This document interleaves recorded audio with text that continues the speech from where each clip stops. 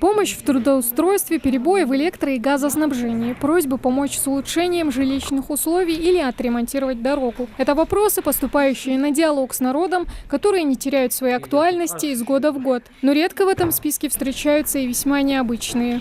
Центр приема вопросов на программу «Диалог с народом» открыт вот уже как неделю.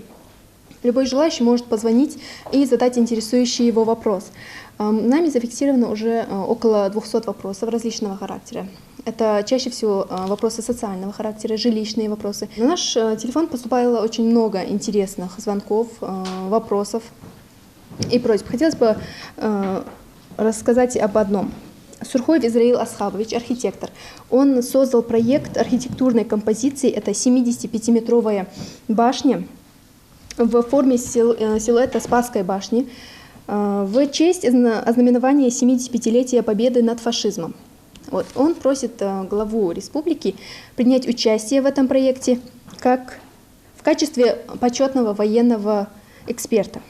Диалог с народом – это возможность обратиться напрямую к Юнусбеку Евкурову, задать интересующий вопрос и получить на него ответ. Все обращения обрабатываются специальной комиссией, проблемы решаются оперативно и в срок. Вот и жители переулка Заводской в Карабулаке обратились с наболевшей проблемой по номеру горячей линии. Просят помочь проложить тротуар на улице. خبيرشت باقيشان جاق احتبات قصداده نقش قتك بخلراء ترتوار خلراء دغدغش دي ناحية جاق удобство жаться. Чидаш да школе бириш тига машин тухоже силхан даже чиниш сайигу йохор машин тухчу дялышко машин сахрил ухос نقطك بنو تارك الحمداس ده هالشيء مشان أجو عشقاش تاني أستوبي دي شغل أصبحت بيرج رازنا مدي جاخ دي خردشت اشتواش تدل شتى بار ستراتوار вопрос тон решить дыра ваш тядолж да лук дыра. В ненастную погоду пройти по переулку вообще задача не из легких. К тому же, чтобы добраться до дома или места работы, жителям приходится пересекать проезжую часть. Перехода здесь нет. Чем может обернуться такая прогулка, говорить излишне. Особенно для детей, которые учатся в школе, расположенной через дорогу.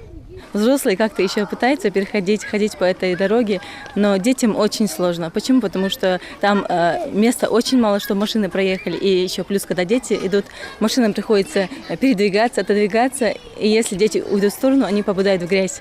Из-за этого, конечно, хотелось бы, чтобы нам сделали какую-то тропинку, какие-то условия создали на этой дороге. Жители надеются, что власти примутся за решение проблемы, не откладывая в долгий ящик. Пешеходам не придется больше страдать от отсутствия зебры и тротуара. Тамара Хашакульгова, Тамерлан Ужахов, Новости 24.